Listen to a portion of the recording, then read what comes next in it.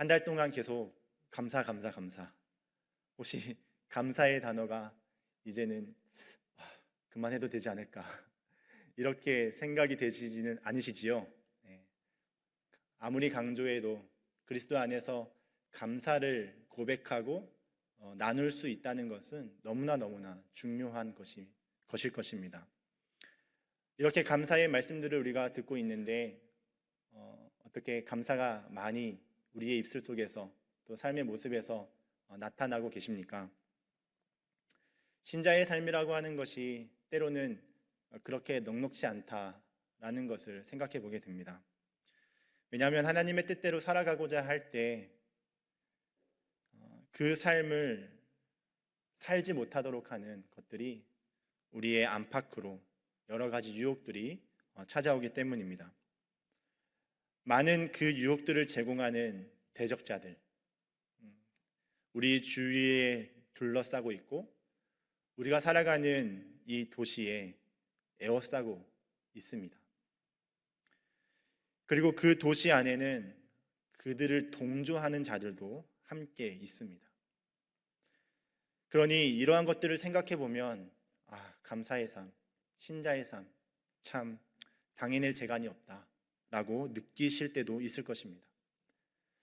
그런데 그 대적자들이 들으면 견디지 못하고 뒷걸음치게 할 한마디, 하나의 노래가 있다라고 한다면 사랑하는 우리 장신성도님들 배워보시지 않겠습니까?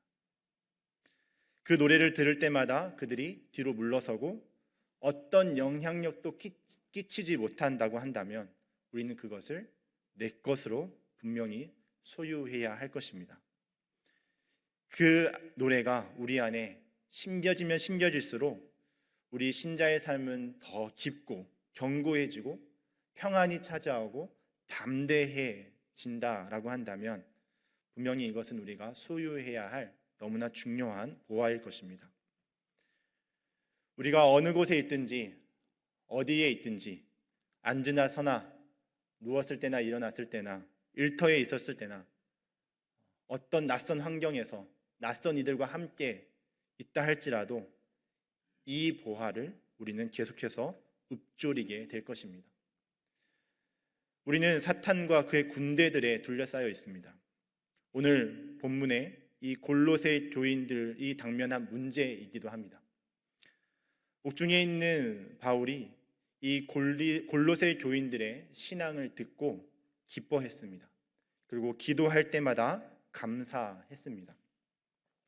그리스도 예수의 복음을 듣고 하나님의 은혜를 깨달은 날부터 그들의 공동체는 그리스도 예수 안에서 믿음과 사랑의 열매를 맺고 있었다라는 것을 그가 들었기 때문이죠.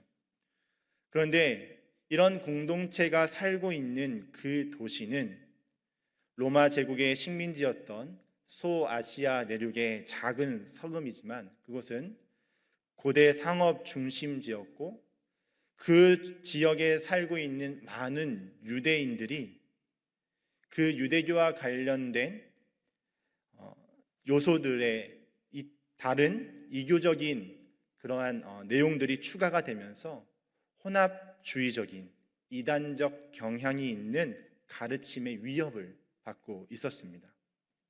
이들을 말해서 초기 영지주의자들이라고 말할 수가 있습니다.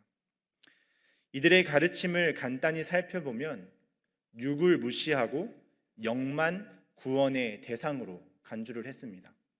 그래서 영은 기쁘게 하고 육은 억압하고 억제하고 고통을 가해도 괜찮다. 그리고 그들에게 또 한 가지 가르침이 있다면 지식을 통한 구원, 다시 말해서 심오한 것을 깨달으면 그 깨달음이 구원을 가져다 준다라고 보았던 것입니다. 이러한 거짓 가르침들은 결국 그들의 그 믿음의 공동체가 믿음과 사랑으로 세워져 가는 그 공동체 가운데 그 공동체를 무너뜨리려고 하는 그러한 역할들을 했고 이와 같은 세력은 그때도 그리고 지금도 앞으로도 우리 가운데 있을 것입니다. 앞서서 말씀드렸다시피 하지만 우리가 기억해야 할 것은 우리에게 이러한 대적을 무너뜨릴 수 있는 것, 그 말 한마디, 그것이 우리에게 있다라는 것입니다. 그것이 바로 하나님께 드리는 감사라는 것이죠. 오늘 본문이 우리 영혼을 지키는데 감사가 필수 불가결한 것임을 말씀하고 있습니다. 그 사실을 우리가 함께 나누고 우리 안에 이 감사에 대한 생각을 다시 한번 해보는 그러한 시간이 되기를 소망합니다.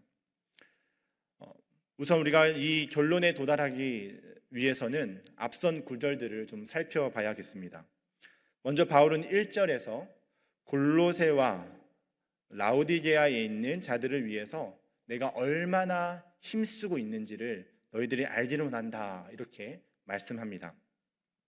바울은 당시에 감옥에 갇혀 있었습니다. 그들의 얼굴을 마주한 적이 없습니다. 자, 그렇다고 한다면 어떻게 이 바울이 그들을 위해서 애썼는가? 얼굴을 마주한 적이 없고 그들과 함께하지 있고 있지 않은데 이 애썼다라고 하는 것, 힘썼다라고 하는 것이 무엇을 가리키는 것일까라고 생각을 해보았을 때 1장 말씀에 사도 바울은 그들을 위해서 무엇을 하고 있다라고 말씀합니까? 감사함으로 기도하고 있다라고 말씀을 합니다. 바로 사도 바울이 그들을 위해서 애쓰는 것은 그들의 믿음의 진보의 소식을 듣고 기뻐함으로 기도할 때마다 감사하는 모습, 바로 이 기도의 감사의 기도가 그들을 향한 애씀이었다라는 것입니다. 2절 말씀에 바울은 왜 자신이 애썼는지를 힘썼는지를 상기시키고 있는데 이렇게 말합니다. 이는 그들로 믿음의 위안을 받고, 이렇게 말합니다. 바울이 그들을 위한 자신의 수고가 교회를 위로하고 있다라고 믿고 있는 것이죠. 이것이 어떻게 가능한가? 이것을 가능하게 하는 것은 바로 연합입니다. 연합. 2절 하반절 말씀이 이렇게 말합니다. 사랑 안에서 연합하여, 이렇게 말합니다. 사랑 안에서 연합하여 마음의 위안을 받는다. 다시 말하면 바울과 골로새 교회 성도와 바울과 골로새 교회 그리고 성도와 성도들의 마음이 서로 어떻게 되고 있다는 것입니까? 교통하고 있다는 것입니다. 연합되어지고 있다는 것이죠. 그들을 위한 자신의 이 기도의 수고를 통해서 바울과 교회가 사랑이라고 하는 이 매듭으로 하나가 되고 동시에 성도와 성도가 하나의 이 직물처럼 직조되어지는 이 연합함을 지금 누리고 있다라는 것입니다. 여기에서 더 나아가서 이 연합이 나아가는 방향을 말씀하고 있는데 그것이 바로 확실한 이해의 모든 풍성함이라고 말합니다. 마음과 마음을 이어주는 이 사랑의 유대감이 확실한 이해에 이르게 한다는 것입니다. 이 확실한 이해는 무엇을 이해하는 것인가? 그 뒷부분에 하나님의 비밀인 그리스도입니다. 그리스도에 관한 깊고 분명한 이해가 단순히 우리가 이성적으로 배우는 것에서 뿐만이 아니라 더 나아가서 사랑에서 비롯된 이 연합함에서 일어난다라고 말씀을 하고 있는 것이죠. 바울은 그들의 마음이 사랑 안에서 함께 연합되기를 소망하고 있으며 그 이유는 사랑 안에서 연합하여서 확실한 이해의 모든 풍성함과 하나님의 비밀인 그리스도를 깨닫게 하려 함이다라고 말씀을 하고 있는 것입니다. 하나님의 신비인 예수 그리스도에 관한 이 확실한 이해를 얻기 위해서는 믿음의 지체들과 연합함이 있어야 한다라는 것이죠. 왜냐하면 3절 말씀에 그 안에는 지혜와 지식의 모든 보화가 감추어져 있기 때문입니다. 하나님의 성품과 지혜에 관한 깊고 분명한 통찰이 어떻게 가능한가? 지혜와 지식의 모든 보화가 감추어져 있는 이 하나님의 신비인 그리스도에 관한 이 확실한 지식과 이해가 바로 사랑 안에서 연합된 자들 안에서 가능하다라고 말씀하고 있는 것입니다. 사랑하는 장신 성도님들, 하나님을 더 알기를 원하십니까? 예수 그리스도를 더 누리기를 원하십니까? 그렇다면 내가 속해 있는 그 공동체의 지체들과 온전한 연합을 이루시기를 소망합니다. 기존에 함께 있었던 지체들 외에 우리가 다른 지체들에게 눈을 좀 돌렸으면 좋겠습니다. 우리 기존에 갖추어져 있던 공동체에서 좀 빈자리를 만들었으면 좋겠습니다. 그 빈자리에 다른 사람들을 좀 채워 넣었으면 좋겠습니다. 그리고 그들에게 눈을 돌리고 그들을 우리 마음에 품는 것, 그리고 그들과 함께 연합하는 것, 그러한 우리의 눈을 나의 눈에서 멀어졌던 이들에게 눈을 돌려서 우리의 마음을 품어보시길 바랍니다. 그들과 믿음과 사랑의 교제를 나눌 때 더욱 풍성한 확실한 지혜와 지식을 얻게 될 줄로 믿습니다. 이제 4절 말씀을 보시면 바울이 성도를 격려하기 원했던 원래의 의도가 나타납니다. 내가 이것을 말하면 아무도 교묘한 말로 너희를 속이지 못하게 하려 함이니. 결국 바울의 관심은 이것에 있습니다. 그들을 속임수로부터 지켜내려는 것이 바울의 의도입니다. 5절에 왜 바울이 성도들로 하여금 확신 가운데 속지 말아야 말기를 원하는지를 말씀하고 있는데요. 이는 내가 육신으로 떠나 있으나 심령으로는 너희와 함께 있어 너희가 질서 있게 행함과 그리스도를 믿는 너희의 믿음이 굳건한 것을 기쁘게 봄이라. 바울은 성도의 견고한 믿음과 이 질서 속에서 큰 기쁨을 얻고 있죠. 이것은 그의 사역의 결과, 그의 사역의 목적이라고 할 수 있습니다. 그의 사역은 결국 이것을 위한 것이다 라는 것이죠. 교회가 굳건한 믿음에 서고 그 소식이 바울에게 큰 기쁨과 감사와 영광을 돌리게 했다라는 것입니다. 자, 6절과 8절 말씀은 앞에서 말씀드린 1절에서 4절의 말씀과 상응하는 내용입니다. 8절과 4절의 내용이 서로 상응을 합니다. 그 내용은 무엇입니까? 거짓 가르침으로부터 주의를 해라라는 경고의 말씀이죠. 두 구절 모두 사람의 전통과 세상의 철학으로부터 멀리하라고 하는 경고의 말씀입니다. 6절과 7절은 2절에서 3절의 말씀과 상응하는 내용이라고 할 수 있습니다. 그러므로 너희가 그리스도 예수를 주로 받았으니 그 안에서 행하되 그 안에 뿌리를 박으며 세움을 받아 교훈을 받은 대로 믿음에 굳게 서서 감사함을 넘치게 해라. 여기에서 이 구절들을 보게 되면 마치 신앙의 단계가 있다라는 것을 우리에게 말씀해 줍니다. 예수 그리스도를 주로 받습니다. 이 역사가 일어나기 위해서는 그리스도에 대해서 들어야 합니다. 그리스도에 대한 진리를 듣고 배우는 것이죠.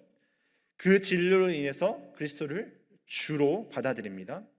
그리고 지속적으로 그 진리를 배움을 통해서 주 안에서 뿌리를 받고 세움을 받습니다. 그리고 주 안에서 행하게 되는 것이죠. 이러한 삶의 방식은 또한 어떠한 모습으로 나타나느냐? 바로 감사가 넘치는 삶으로 나타나고 감사가 넘치는 것으로 이르게 한다라는 것입니다. 자, 그래서 이 본문의 말씀을 1절부터 6절까지 이 본문의 말씀을 종합해서 정리해 보면, 먼저는 바울은 이 골로새 성도들과 라오디게아에 있는 자들에게 침투한 그 거짓 가르침으로부터 이 그리스도에 대한 확실한 지식이 그들을 지켜내게 한다는 것으로 그들을 위로하고 있고, 더 나아가서 그리스도의 뿌리를 받고 세움을 입을 때 넘치는 감사, 그로 인한 그 감사가 넘치고, 또한 그 감사는 거짓 가르침으로부터 그들의 영혼을 보호하고 있다라는 것을 말씀하고 있는 것입니다. 오늘 본문으로 결론을 내고 싶은 것이 바로 이것입니다. 감사는 우리의 영혼을 지키는 방패와 같다라는 것이죠.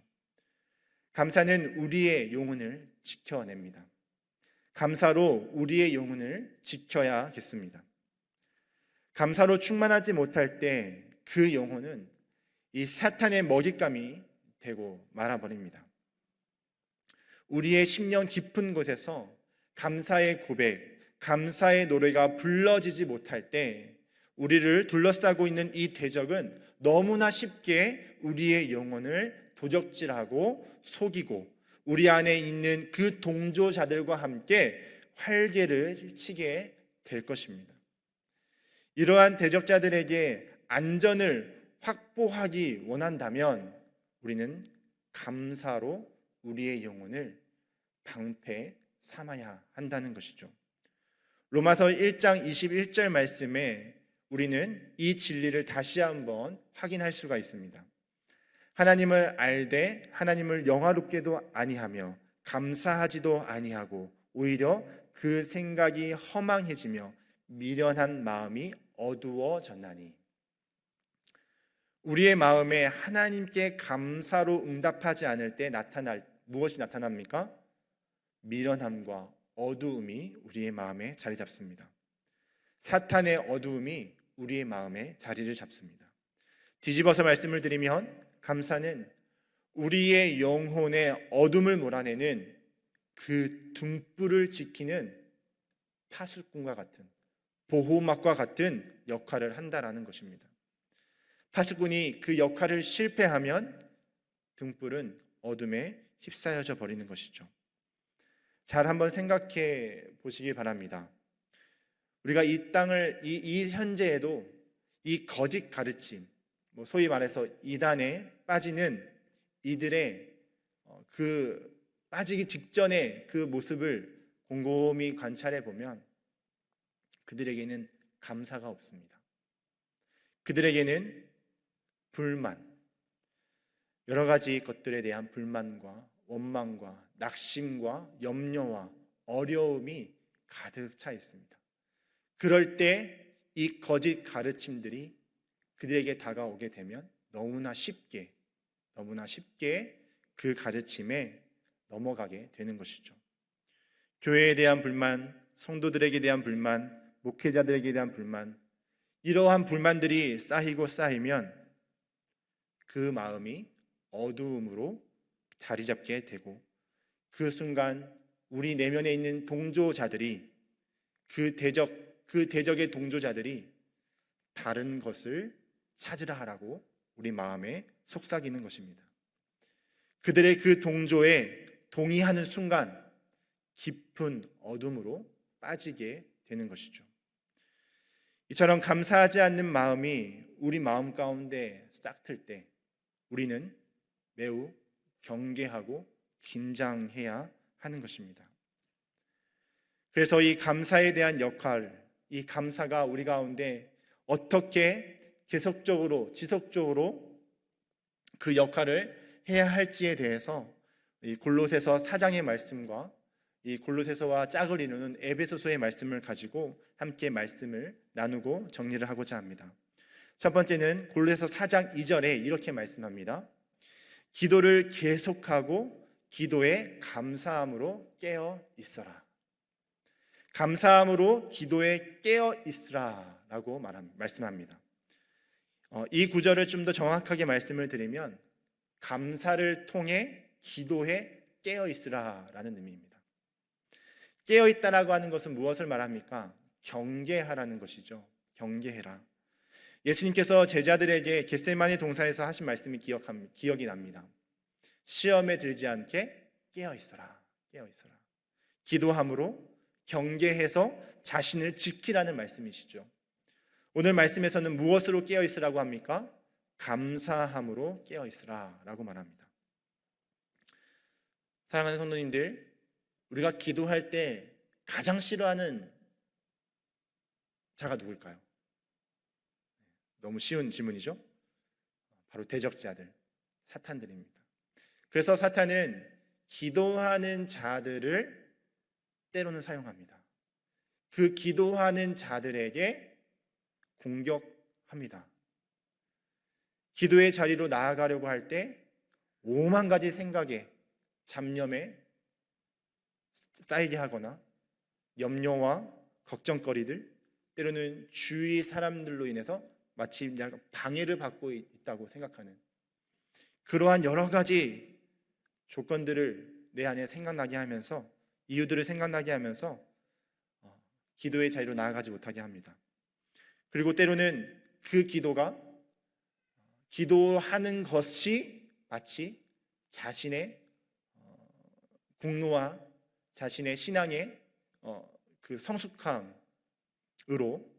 생각하면서 기도하지 않는 자들에 대한 정죄함의 마음을 갖게 하기도 합니다.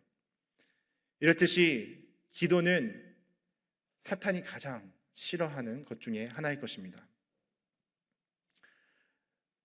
그렇지만 사도 바울은 바로 이에 굴복하지 말고 그 회방을 뚫고 들어올 수 없는 방패를 치라라고 하는 것이죠.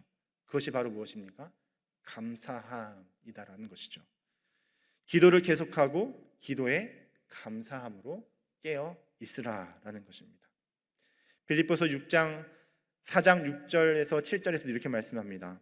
아무것도 염려하지 말고 다만 모든 일에 기도와 간구로 너희 구할 것을 감사함으로 하나님께 아뢰라. 그리하면 모든 지각에 뛰어난 하나님의 평강이 그리스도 예수 안에서 너희의 마음과 생각을 지키시리라. 아멘. 골로새서와 짝을 이루는 에베소서에서도 감사에 대한 교훈을 우리에게 합니다. 에베소 5장 4절 말씀에 이렇게 말씀합니다. 누추함과 어리석은 말이나 희롱의 말이 마땅하지 아니하니 오히려 감사하는 말을 하라. 이 말씀은 바로 이웃들, 나의 옆에 있는 다른 이들과의 관계에 있어서도 바로 감사하는 말을 통해서 우리의 영혼을 지키라라고 말씀하고 있는 것입니다. 하나님의 사랑을 받는 자녀가 하나님을 본받는 자로 성장하는 데 있어서 이 감사하는 말을 하는 것을 언급하고 있습니다. 생각해 보면 우리가 우리 자신을 어리석고 누추하게 만드는 것은 내 입에서 나오는 비방과 원망과 분노의 말들입니다. 그 사람에 대한 원망과 비방과 분노가 그 말을 통해서 그 사람에게 적용되는 것이 아니라 그 말을 통해서 말하는 그 사람에게 적용이 된다는 것이죠. 내 말을 내뱉는 그 말을 내뱉는 자신이 누추해지고 어리석게 된다라는 것입니다. 자, 그렇다면 답이 무엇입니까? 우리의 입술에 감사를 넘치게 가득 채우는 것입니다. 모이면 감사로 시작하시기를 축원합니다. 어떤 모임이든지 모이면 감사로 시작하시기를 소망합니다. 감사를 통해 그 공동체가 최악의 상황으로 가지 않고 죄악에서 보호받게 될 줄로 믿습니다. 우리의 내면의 깊은 감사는 이 외부로부터 오는 대적들, 그리고 내 안에 그 대적에 동조하는 대적으로부터 우리의 영혼을 지키게 될 줄로 믿습니다. 감사를 우리의 마음의 방패로 삼고 외부로부터 또 내 안에서부터 올라오는 그 대적들에 대해 보호막을 쳐서 우리의 영혼을 지키고 또 공동체 안에 이 감사의 말을 통해서 하나님을 닮아가는 자녀들의 공동체로 세워지기를 축복합니다. 11월 감사의 달을 살아가면서 아직 내 입술에 감사가 아직 터져 나오지 않았다라고 생각이 되신다면 이 시간 저를 한번 좀 따라 해보셨으면 좋겠습니다. 좌우에 있는 분들의 눈을 지그시 쳐다보시면서요. 네, 쳐다보시고요. 네, 이렇게 한번 고백했으면 좋겠습니다. 당신으로 인하여 하나님께 감사합니다. 시작.